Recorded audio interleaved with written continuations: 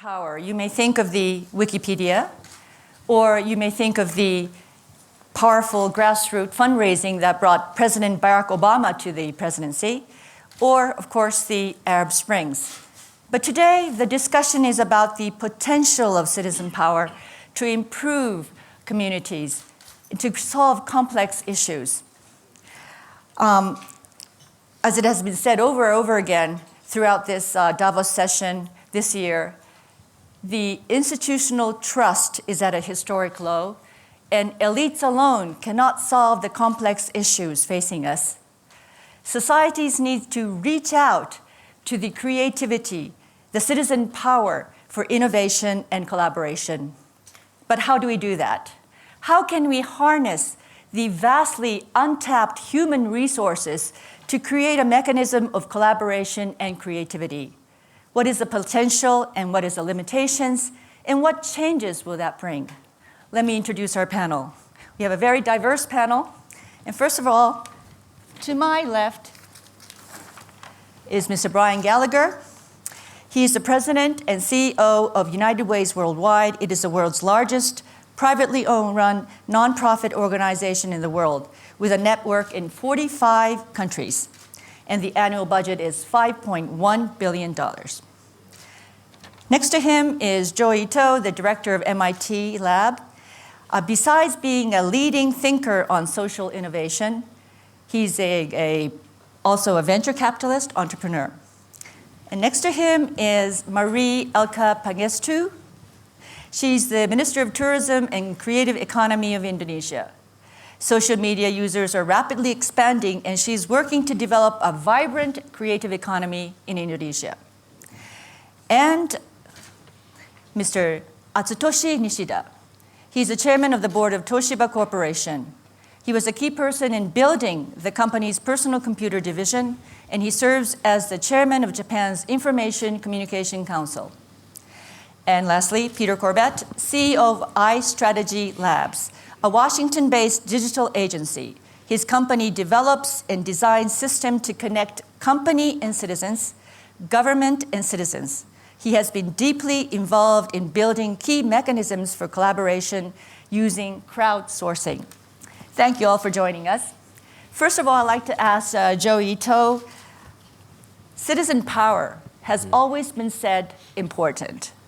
It's always been said important, but I wonder if the nature of citizen power is changing. How should we perceive the citizen power right now?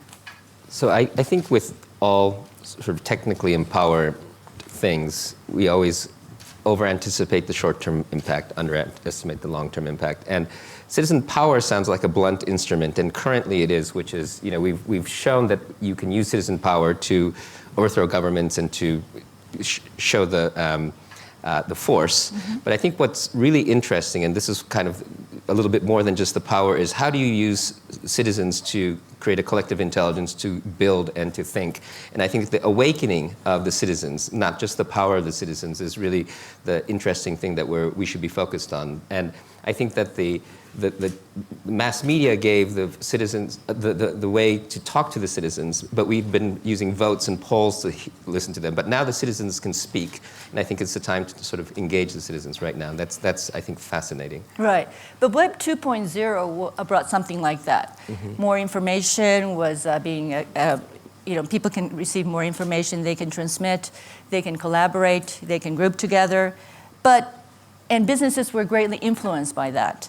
But what are the new shifts? I mean, are we getting further ahead than that? Or? Yeah, and so I think a lot of people are still skeptical about how smart the crowd is. But you have to remember that, for instance, the most popular server software in the world, Linux, mm-hmm. is created by citizens, completely self-organized. Wikipedia, one of the most important references in the world, is created by a community of citizens, community of people, completely off any corporate balance sheet. And there are so many great examples in the open source community and open content community of people getting together and building something very constructive. And so there really isn't a reason why we can't imagine that happening in things like policy and in other areas. And we've seen this in media. So I think it's too early to kind of write it off as just not working yet. And I think there's a tendency right now to still kind of undervalue the potential that's coming, and that I think we really need to sort of nurture rather than... So the new trend is trying to utilize citizen power for policy making, and I'm going to ask concrete examples and developments to Peter Corbett later. But before I go to Peter Corbett about the developments, I'd like to ask Brian, traditional institutions, your organization has been here for 125 years. And you have been trying to adapt yourself to the rapid changes in technology and perhaps donor sort of preferences also. You realized that the United Ways needed to get out of its own inertia some time ago. What was the feeling that you had at the time? Well, I would take it back to your original premise, which is that the idea of citizen power is to try to deal with complex social and economic issues in new and different ways, because I think there's a growing, the Edelman survey again showed a growing mistrust of institutions to do that well, whether it's government, business, or even NGOs for that matter. And so we realized that instead of, so we're in the middle of these transactions with people who give us money or volunteer our time, and then we take their money and then we try to invest it in things that create social change. And we weren't having the success that we wanted to have, so instead we decided to see ourselves not so much as an institution, but a platform for change. And to take this 100-year-old organization with lots of money and lots of influence and invite individual citizens to use it. And so start coming together as young people, as women, all the employees within the corporations that we had been doing business, instead of just asking for their money, we asked them for their ideas, and we crowdsource within companies and say we're trying to deal with this issue around education or the income gap in certain neighborhoods and cities, and we take their ideas. And what we discovered was that their loyalty to us went up, and the amount of money they were willing to give to us went up once they were invited in to be part of the process. And the fact is, the bottom line for us is that we think that we formalized the helping profession, kind of the community problem-solving process. We professionalized it too much by building social workers and professionals and institutions, and we crowded out citizens. We crowded out people. So instead, we just are trying to become a platform and a resource that people can use to try to solve their own problems. You've told me that you felt that your greatest asset, your greatest strength, had become your greatest weakness. I think that's true with most institutions of any duration, that your greatest strengths are usually your greatest weaknesses. And our greatest strength was that we were getting billions of dollars from big corporations across the world, and that was our biggest weakness, is that we started chasing the money. We started realizing that if we needed that $2 billion of the $5 billion back from corporations, then we were trying to satisfy the corporations, even in terms of their CSR responsibilities, and we weren't talking to the literally tens of millions of people who worked for these companies and weren't seeing them as individual citizens. And so we took what had been a big strength, had become a weakness, and tried to turn it back into a strength by saying now we look at UPS and Citi and Airbus and so forth as the men and women who make up the company versus the company as an institution in and of itself. Let me go to Mr. Nishida. You're the head of a global corporation, and you're also the vice chairman of Japan's biggest business federation, Keidanren, vice chairman of that. Do you feel that the understanding and capturing the changes that is occurring in markets and technology have been difficult? What we have to acknowledge right now is that the paradigm has shifted completely from 20th century.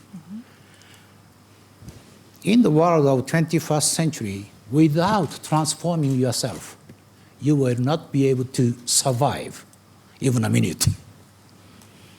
This must be the essential understanding first, The situation changes every day, every minute.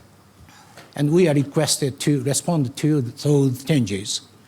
But merely responding to those changes is not sufficient. What is really needed is to transform yourself through your adaptation to those changes. when it comes to innovation. Before, even in one organization, it's sufficient that several or limited number of people could create innovations in Toshiba, for example. But now, in order to cope with the global challenges that we are facing in the 21st century, all employees are requested to create innovation, whether it is small or big. So when it comes to innovation, you may understand that or think of always big innovation. But what we need is also accumulation of small, innovations which anybody can create. This is my basic understanding to try to survive this harsh, competitive 21st century world. Mary Pangestu, your country is emerging. It's growing at about 5 to 6% annually, and it's becoming a very digitally driven nation. And there's an explosion of connectivity occurring in Indonesia. In terms of citizen power, what are your feelings, and what is it bringing it to Indonesia? Well, I think the interesting story about Indonesia is that the exponential growth in mobile telephony and social media in the last 5 years. I think we are now number 3 or number 4 Facebook user in the world, 50 million people out of our 250 million population. I think number 2 or 3 in terms of Twitter use, in terms of numbers, but in terms of frequency of FaceTime and contact time, I think we're one of the highest in the world. So what does that mean? What has that meant for citizen power? It's had I think, quite a huge revolution, and it's in tandem with the democratic process that we're having now. I can give you a few examples, like the most recent election of the Jakarta governor.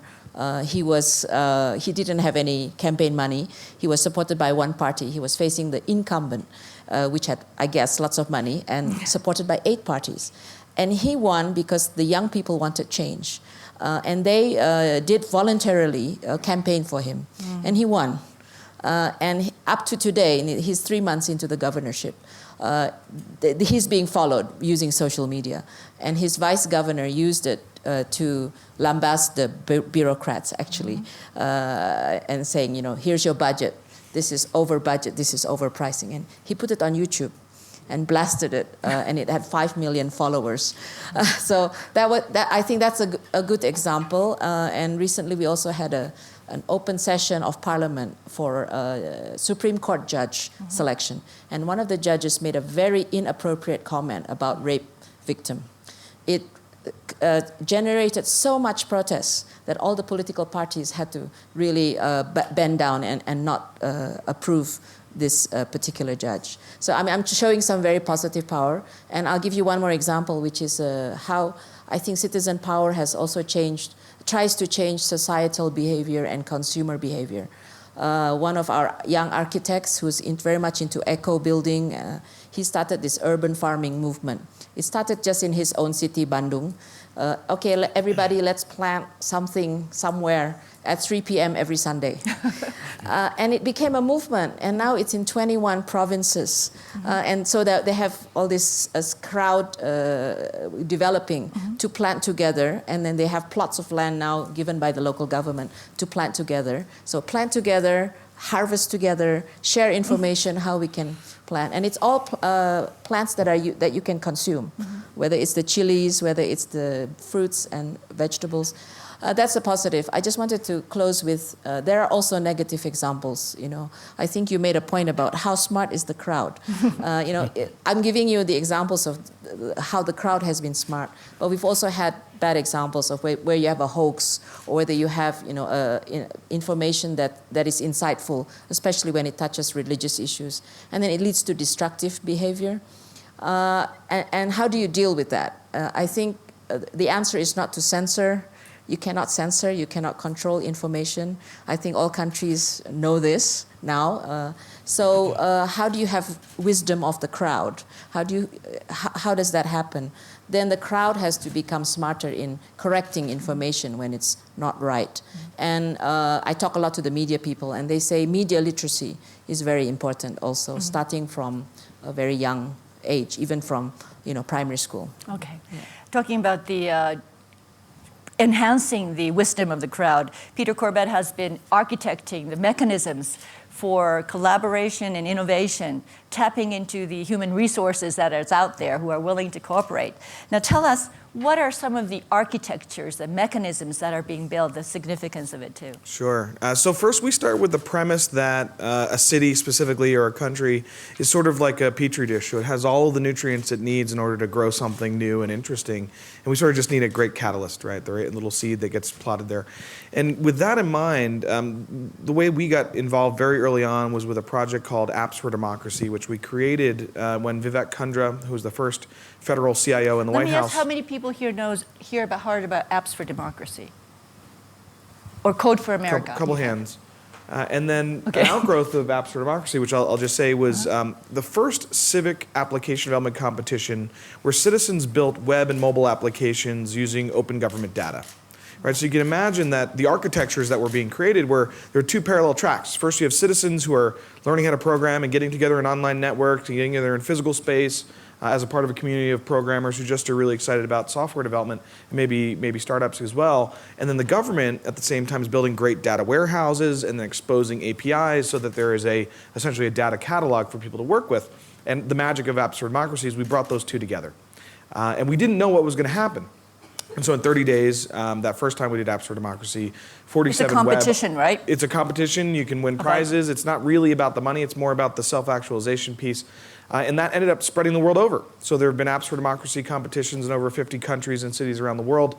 And it was just a contest, I should say. It's not the full model. Code for America is really, I think, the more interesting piece. I was an early advisor, and now that's a full nonprofit supported by a number of foundations that takes what we call civic innovators. These are mostly developers, people who can write code, brings them into government for 6 months in a fellowship format so they can build new software to help a specific city or help a specific country. There's now Code for Europe, which I'm an advisor to. So the first class of fellows is in 7 cities now. So that's Paris and Barcelona and London and Amsterdam. And so those kinds of things are just starting to bubble up. Over the next 5 to 10 years, I think we'll see citizens building a lot of the core civic technology we use as citizens, and governments won't have to spend millions and millions and millions of dollars procuring big old systems that might, once they get deployed, not be relevant anymore. Tell us some of the examples of the apps that have been developed and that have been really popular or fantastic. Sure. I think one of the most popular ones during the Apps for Democracy competitions there was an iPhone application developed called Are You Safe DC? So I live in Washington, DC. DC happens to have a real-time crime data feed, right? So when there was a car stolen or a murder or whatever else that might be, it's published live to the web. And so developers took that feed, put it into an iPhone application. When you walk around your city, you'd see a meter that would see, are you in a green zone? Yellow zone, orange zone, red zone. And one of my experiences, I had my car towed one night and it got towed to a bad neighborhood. And I was like, oh, I wonder if it's a dangerous neighborhood. And it was red, 24 homicides in the past 6 months. I said, I should probably put my $600 smartphone back in my pocket, get my car and leave. So. But the idea for putting this fellowship is that people who work for Google or Yahoo, these talented engineers, who normally would not go into municipal governments, to create apps. You want to, the idea is for them to understand how municipal government operates, their needs.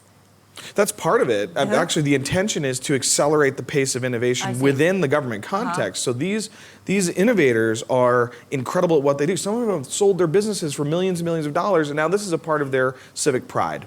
They should, well, maybe they should go plant trees and volunteer in a soup kitchen, but you probably want to take that talent that they have, which is very rare, and put it to use in this context where they, say, build software for their city or for their country.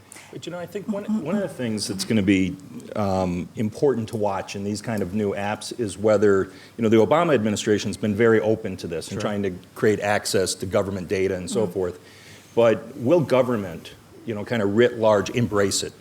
Because it's going to, these new applications are already starting to compete with very entrenched ways of doing business and so forth. And I think it's going to, it will be whether public leaders actually embrace these new approaches. Because even with President Obama, when that campaign won the first election in 2008, they had almost 15 million individual names, email contacts, these are contributors to his campaign. And there was a big debate within the campaign after the 2008 election what to do with that data.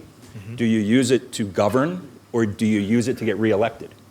And I would say that as open as the administration is today, they took those millions of names and gave it to the Democratic National Committee to make sure that they got reelected. And now I think, Peter, there's probably a more open kind of thought to maybe we ought to use those names to govern. Yeah, I'll give you one quick example from a White House point of view. They launched something called We the People about a year ago, which lets any American citizen submit a petition to the White House, and if it hits that tipping point of 25,000 signatures, the White House has to respond. And that has happened, I don't know, dozens of times in the past year. So I think they're building that direct connection again using We the People as a platform.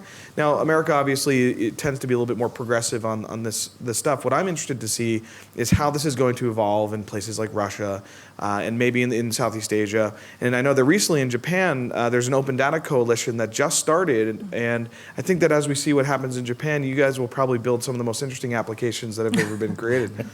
And I think you made a point about sort of people's civic duty. And I think if you look at countries and the level of civic engagement, I have this kind of little magic formula, which is I think it's like 10 million or less is like a chunk size. When you get beyond that, there's a disconnect between government and people. So like in America, I've seen, like I've been working with Code for America, but the municipal government stuff seems to work much better because you've got the people and the elected officials are connected. And in Japan, for instance, I find that the governors and the prefectures have a much better direct connection. And when you get to the level of the central government and the bureaucracies, it becomes really fuzzy about whether you really matter. You know? And so I think that initially, to make this thing work, and so that because voting is one whole separate thing, which is just like your civic duty is just to put a poll in, but to go in and actually do some work, because it's very frustrating to do a bunch of work and then have a big incumbent industrial person sort of displace you, right? But when you're working in your town hall trying to take your transportation data out so everybody can see it, that's a really tangible thing. But the key, I think, is to give people some positive feedback so they do something, they put a month of work in or they put a summer of work in, and then they create some open, and then the other piece is the open source software. Because I think there's a lot of sort of business around delivering systems to government. And I think the other key thing about Code for America, and open source really in Japan, I think is another thing that we really need to work on, is to do something in Philadelphia and then have that really work, but then to be able to share it to other places. So for those who aren't aware, the way that works from a code point of view, there's something called Civic Commons. And it's a place where the best code that's written for the best applications for a city are deposited. And then if you're a developer in Boston, say, and someone built a great app for Philadelphia, you can pull down that code, stand it up, brand it for Boston, and it's free to use. So what we're doing is actually reducing the cost for implementing the most innovative applications. So governments don't have to do the RFP process and find a contractor and pay them way too much money to do really bad work. And then we as citizens can save our own tax money and let's spend it on something else. We'll spend it on schools. We'll spend it on, well, we might spend it on bombs, but we'll see what happens there. So, different panel. Mr. Ito, the significance of creating this ecosystem between the municipal governments and the people power and this is the open source, open data ecosystem. Somebody said, coined the word departure from vending machine politics. I think that's happening, of course, in a country like America, it's so advanced already, but in a country like Indonesia, I mean, I was just looking at the consumer survey about what do people do on social media. 74% do it to post their photos. I think that's probably true in the US too. But interestingly enough, 34% post positive public opinion, 20% engage with their politicians. I like that number because that's, for me, that's showing that our citizens are beginning to want to have a say and to their elected officials, as you said. So I would agree with you that it has to probably happen at the local level and link it to the actual performance. Because in Indonesia now, we have directly elected officials at the local level. Yeah, at the national level, probably it's too big of a job, but at the local level, that's happening. And I think the other thing I would share is that you were all talking about sharing information. We passed a law, I think 2 or 3 years ago, where all government ministries and local governments, we have to post our budget up to almost quite detailed. We have to post it on our website. And citizens are allowed to ask questions about it, and we have to explain what we are using the budget for. And that's been actually a huge revolution, the way I have seen how my bureaucrats have had to, by the way, you cannot really, you're going to be questioned on this. So it's a process. Nishida-san, you've been hearing all this potential of this collaboration, and you are in charge of the ICT Council, trying to revitalize Japanese communities. What are your thoughts on this? Unfortunately, Japanese local community is not, well arranged so that all inhabitants, all members of the community can communicate with each other. So what we have in our mind, and also under the current circumstances where we have to cope with stable supply of electricity or energy consumption, reduction, or how to cope with the environmental issues. All together, simultaneously must be solved by introducing smart, community, but this time, according to the theme of Davos, this must be smart, resilient community. But if so, we have to be well prepared for many technological issues in constructing the secured network system itself. Take an example of cyber attack. Right now, we have no technology to completely protect ourselves from cyber attack. But we have been, or the industry, I should say, have been paying attention to construct and develop such new technology by introducing quantum cryptography, which is called the ultimate encryption technology, so that you can protect yourself completely. So if this kind of system could be incorporated in the new hyper-social networks itself, then you are free to communicate any other. And as you said, you can do anything anyway by utilizing ICT capability. But it's on the other hand very important to acknowledge that ICT itself is not 100% almighty. No? If so, we are not here in Davos. So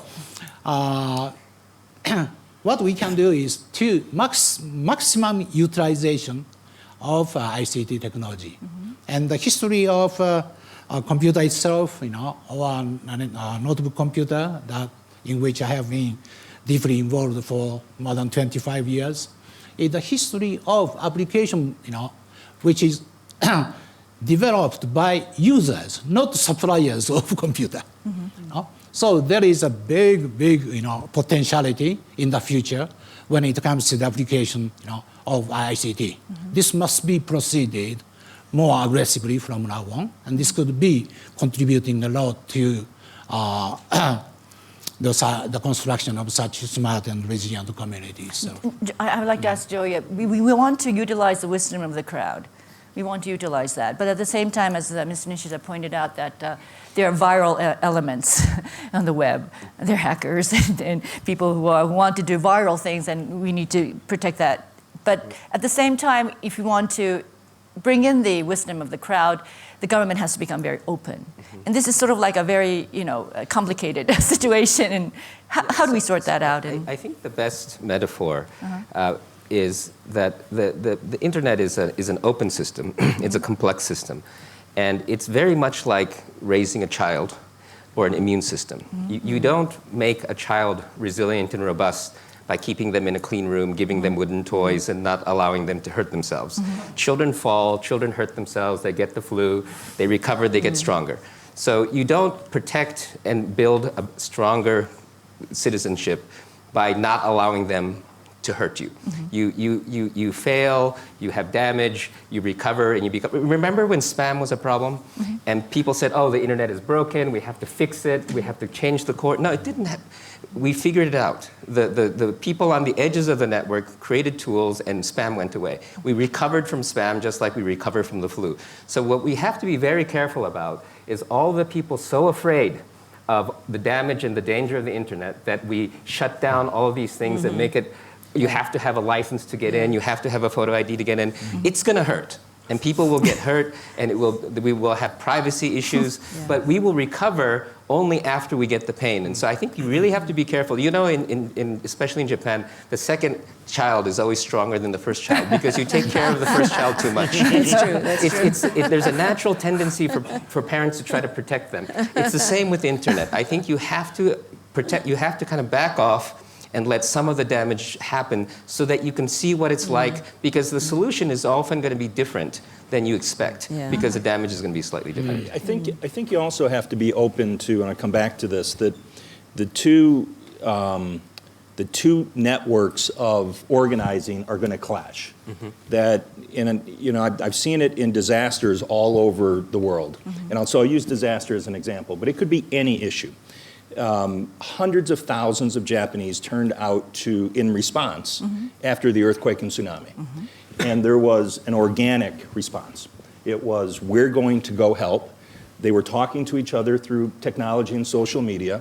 Well, there was also an existing helping mechanism, organizing strategy in place, and they collided. And so people showing up on what they thought to be places where people were in need and they wanted to help. And the official organizing response by government, both local, prefecture, and central, said, no, this is how we're going to do it. And they didn't talk to each other. And it's happened in China, it happens in the US. So the organizing systems, in my view, technology and otherwise, have to start planning together. Because there's an opportunity to have these tens of thousands of people showing up, their assets, unless you don't know how to receive them. Both the information as well as the goodwill. And I see it all the time. And I think it happens all the time in just societal issues we're trying to respond to. Peter, you call yourself a TED community organizer. Sure. Yeah. I was listening to our panelists, and I had an idea that as somewhat of a technology community organizer, I think I'd be happy to launch in DC itself. It would be really interesting to see our government leaders come together, not necessarily just to pass laws, but figure out in a diligent way which ones to remove. Because some of them were written so long ago, and they may have been relevant, but it might be more valuable now to take them away and then create a process so the citizens can say, these are the top 10 laws that we think should be removed from Washington, D.C.'s city policy. That'd be fascinating. You can do that anywhere. I could stand that up in 4 hours after I leave this panel, and we could launch it. That kind of thing's not hard. What's hard is how do you actually get the volition of your government leaders to do that, because they feel like their job is to produce laws, and that's not their job. Their job is to produce happiness, right? So if they start to remember that our job is to produce happiness as our government leaders, then I think they'll hopefully do a better job. Do you think that the idea of the United Way became a platform? Exactly. You're saying that the government... The government is, I think, supposed to be a platform for bringing the best ideas out from its citizenship and turning that into execution. Because we as citizens ourselves don't necessarily have the coordinating capability or all the resources we need. And actually, I would have to say, under the Obama administration, we've seen that kind of coordination happen a lot more. And I've been in Washington, D.C. now for almost 10 years, so I've seen the differences in the administrations. It's great to actually feel the difference. Isn't the congressman supposed to represent the citizen? Well, I would say the congressmen represent the businesses. To be honest, I think the U.S. Senate is probably one of the worst institutions on the planet right now. So the cross-check, the cross-check is. Peter and I like that idea. We were talking before we started, and I think the technology and the organizing of citizens through other means is threatening representative democracy. Because the idea used to be that you would elect somebody to represent your geographic interest up to the next level. Well, they're now going around it. And the question is, what's the value of the representative, the politician going to the next level? So more and more people are circumventing the politicians. They do. They do. It means the politicians cannot get away with lying anymore, right? Or promising and then not delivering. I think it's a good cross-check, but I think it does put a question into what is, when you run for elected office, you're supposed to represent the citizens in your constituent. But I'm assuming you're an incredible politician and government employee. I have to say, I think we put way too much emphasis on our political leaders. I don't think they should be as valuable in our society. I think we need to be focusing on our citizens and our entrepreneurs much more so than who we elect. Mr. Nishida, you wanted to say something? Referring to what Mr. Ito said, to avoid misinformation or false information is a big issue. So if we could have the technology which can send bugging or falsification of the information, then that will be the best, of course. But unfortunately, we are not in that stage yet.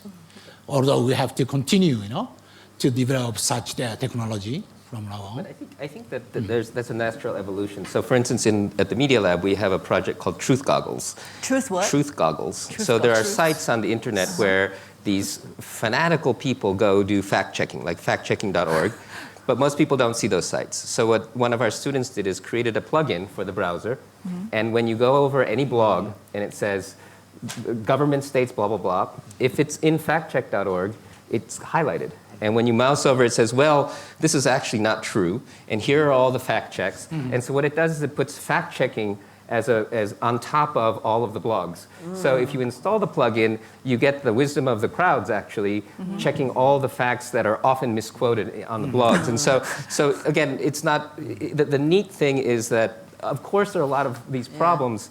And it's not all technical, but there are lots and lots of people now trying to create feedback loops to make the net smarter. And if you look at the rules that's that we... wisdom, right? That's Wisdom of wisdom. the crowd. And if you look at the Wikipedia editing policy, Yeah. it's actually Yeah. very, very good at trying to get to the truth. So I'm confident that over time, we will evolve a system that is less susceptible to falsification. I hope. Do you think I'm media wondering- literacy is important? It's extremely important, but I don't know that you teach it in school. I think the kids may learn it on the internet. Yeah. Because the thing is, if you get tricked a few times, you start to want to know the truth, And again, it's maybe it's me, but if your parents tell you be careful, you're not going to be careful. But if you go out and then you get tricked on Facebook because you click on something and all of your private photos go out and you're extremely embarrassed, you're going to be careful next time. And so I think a lot of it is again back to my immune system thing. Learn. As a kid, You if learn. you screw up a few times, you're going to start to be careful. If you quote something, this happens on Facebook. Somebody says something and everybody says, so you dummy? Yes. That's not true. Look on Snopes. Yes. This has been debunked. You feel like an idiot. And then you're going to be careful next time. Yeah. But the earlier you start being an idiot, the more quickly you're going to start to want to learn what the truth is. Yeah, a lot of politicians have made the same thing, learned the same experience. Well, I think the opposite happens as well. So, so the trial and error shows you what not to do. It also creates innovation. Yeah. Because innovation, in my experience, is really taking a certain approach and putting it in a new environment. And that's what people on the web are doing every day. So fact-checking has been done forever. And now this is just a new application around fact-checking, and it's an innovation. And so I think, opening up source and data and allowing experimentation is where the innovation and eliminating of errors will happen, both. But you talked about opening data, but don't you think opening data is the most difficult part? I mean, governments want to keep control. They don't want to, be overtly scrutinized.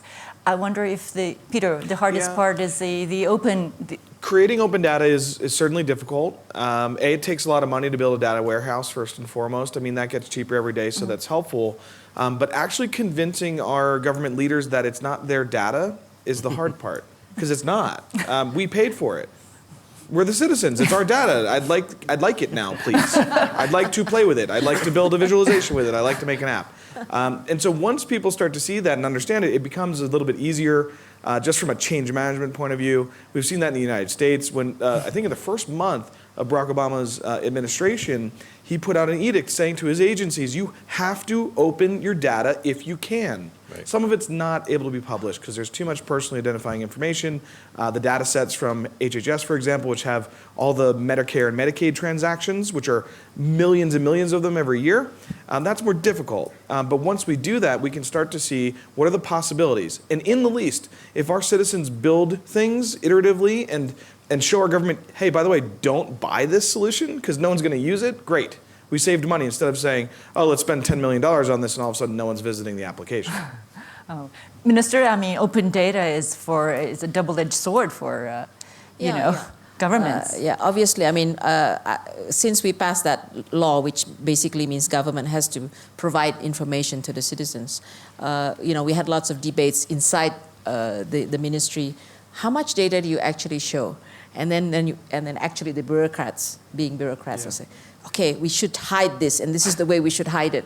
And then, me as the minister, I would say, no, you can't do that because what we're trying to do is, be transparent about it. But it has a downside, and it's probably a process where, in the end, because it's so transparent, the project officers who are doing the budget program, they become scared because it's over scrutinized. So I think you have to find the right balance between providing the open information and it was intended for transparency, but sometimes then you end up not being able to. You get frozen because the bureaucrats get too afraid. So there has to be a process. Let me just add one thing. You don't need to be afraid. Right. So Washington, D.C. publishes line item transactions for procurements, every single one of them. And D.C. hasn't collapsed. Yeah. It's still here. And it's doing great. Yeah, it's right? a process, though. To get the confidence up. It is a process. There's nothing to be afraid of, though. Yeah. Like, if the citizens understand where we're spending our money, we're going to trust you more.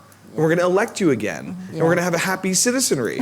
There's nothing to be scared of. Yeah, but I think it's still a process because there's this fear that you could be put in jail. Well, because it has happened. Joey, how do you convince? Well, I think I use this phrase, transparency robustness. So like when there was, I think I can say this now, but when IBM stopped this operating system called OS2 Warp, I was trying to make them have it open source. But it turns out it's very difficult to take something that wasn't designed to be open source and make it open source because it's not designed to be viewed by lots of people.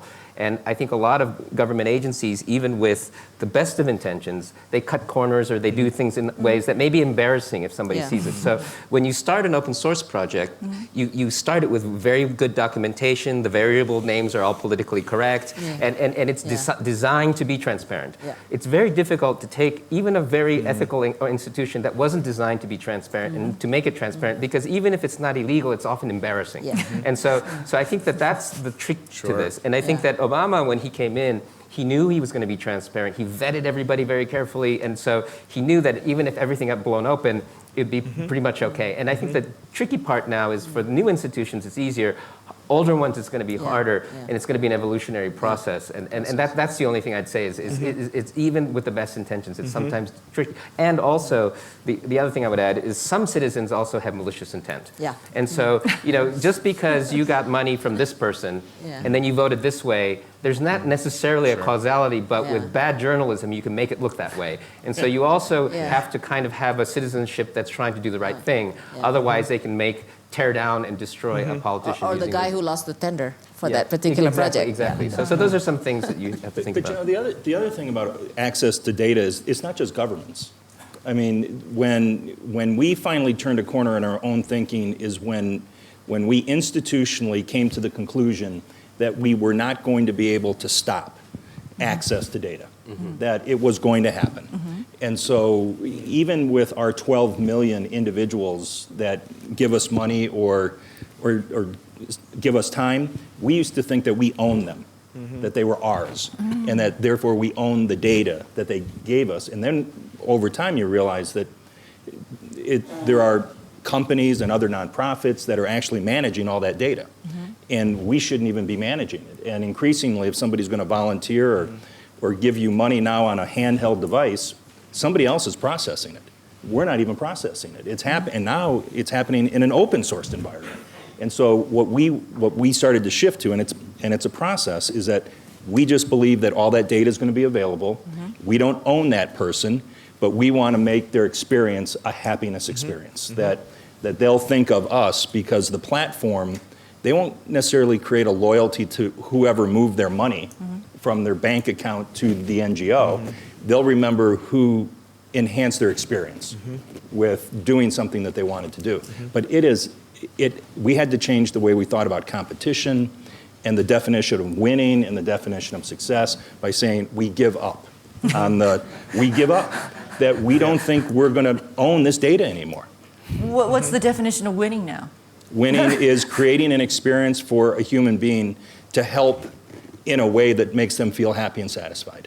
And so if we're going to be in this transaction of an individual trying to help a young person succeed in school, then it's not how well we manage their data.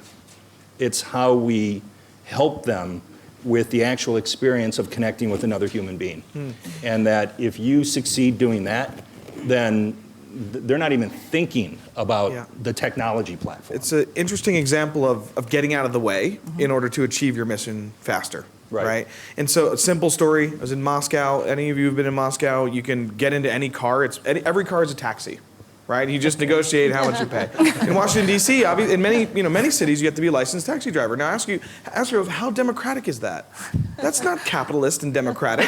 That's like Stalin-era constraint. You're constraining my possibilities. The government needs to figure out how to get out of the way as much as possible, because for so long they've been trying to get in the way of so many things. Can I ask a question about somebody? What is the relevance of all this for corporations? For businesses? Brad or anybody who wants to have a go at it? I'll come second. You'll come second. No, please. Because I'm too much involved in this kind of business. Well, like I say, we almost $2 billion US a year that come to us come from big corporations. And one of the things, what this means, I think, for corporations is that my experience is that increasingly the smartest companies are realizing that their greatest asset is not necessarily their money, but it's their people and it's the intellectual expertise and non-financial assets that they have inside their company.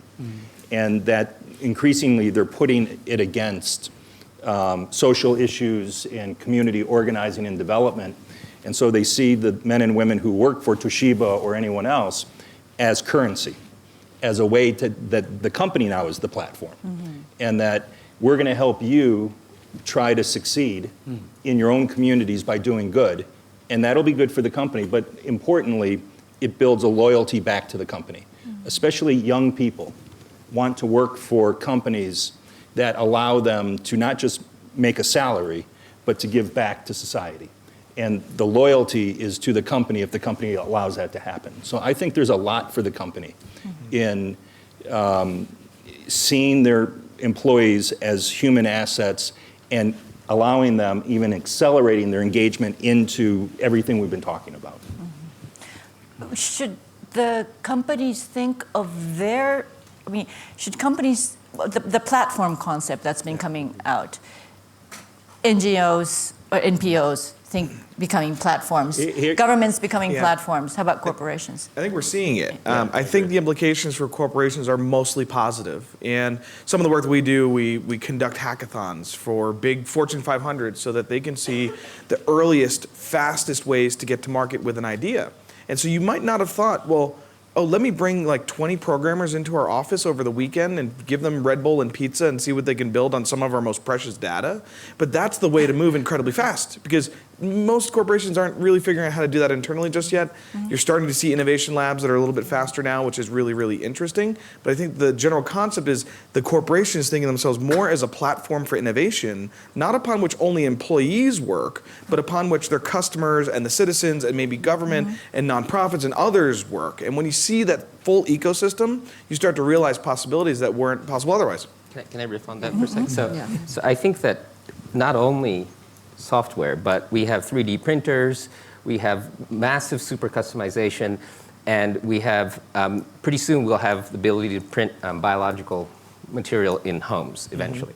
And so I think the trend is going to be manufacturing is going to stop becoming mass production.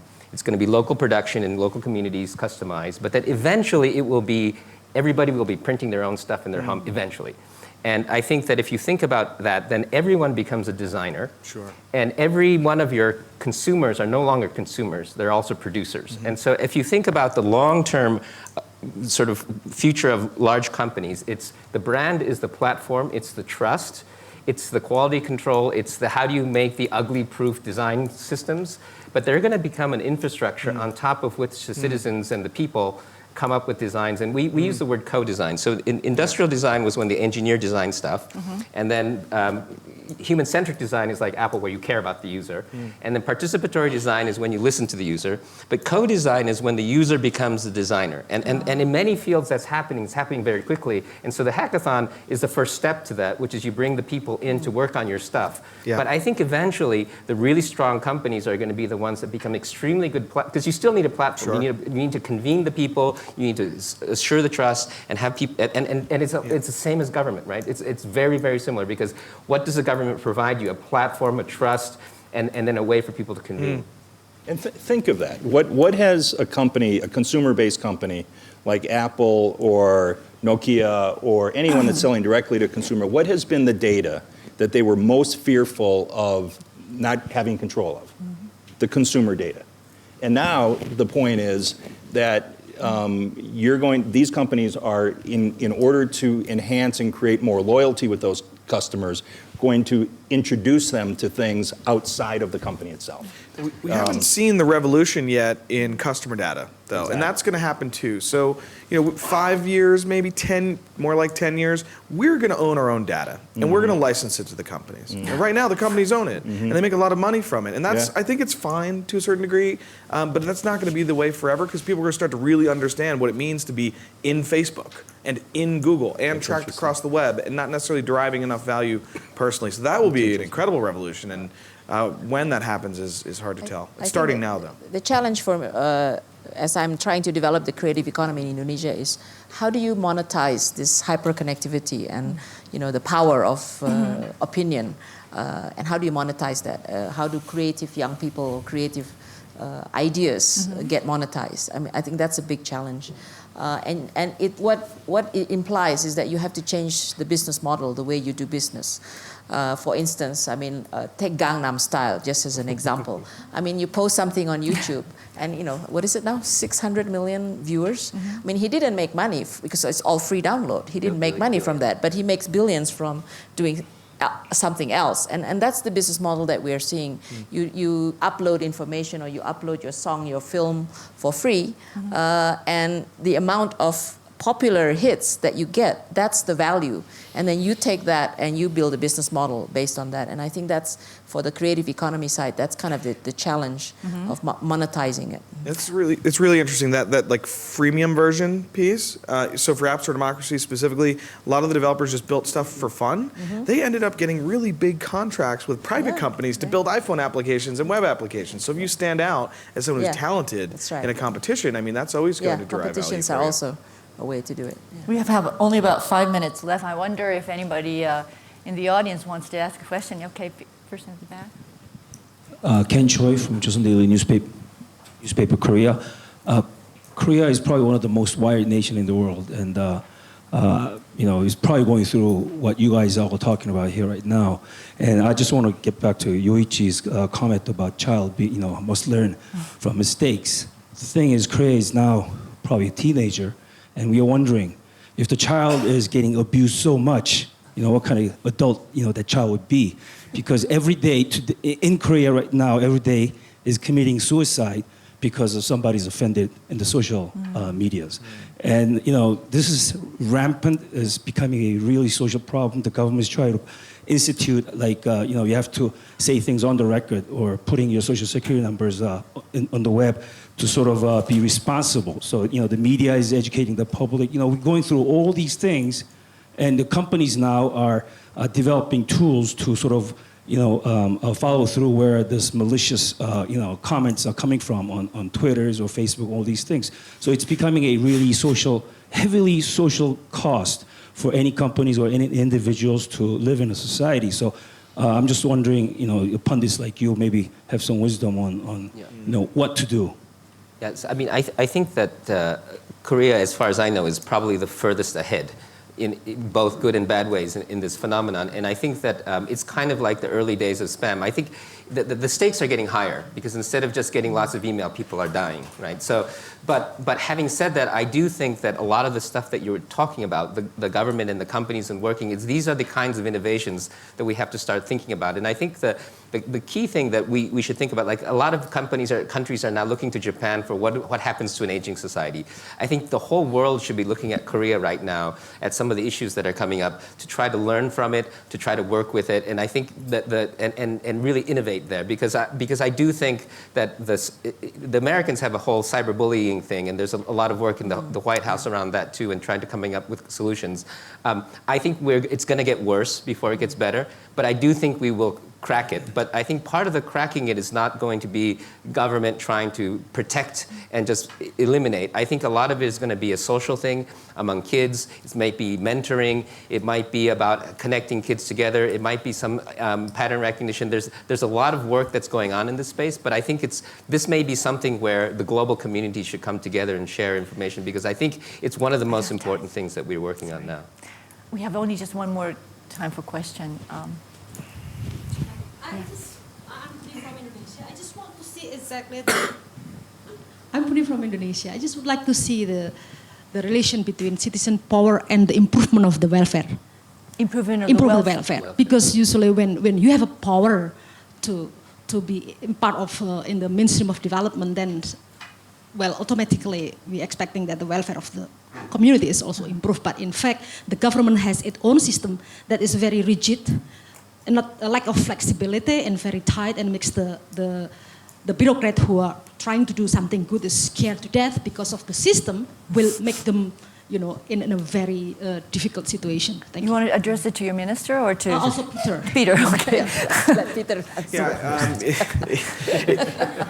I think that whenever you open a system further, you unlock value, and value hopefully results in some kind of economic value specifically. And if we're unlocking economic value, there are jobs that are being created, there are opportunities that people didn't have previously.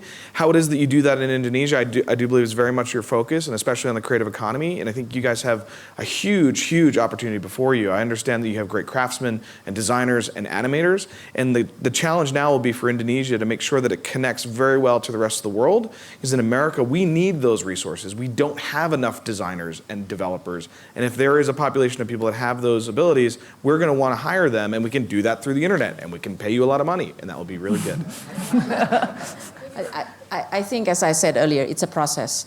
I think on the one hand, government has to get out of the way to create the ecosystem for the creativity to grow. But then, on the other hand, when you were saying what we are experiencing, the more open you are and the more scrutinized you are, the more transparent you are, and that's the objective, especially if you're going to be elected official.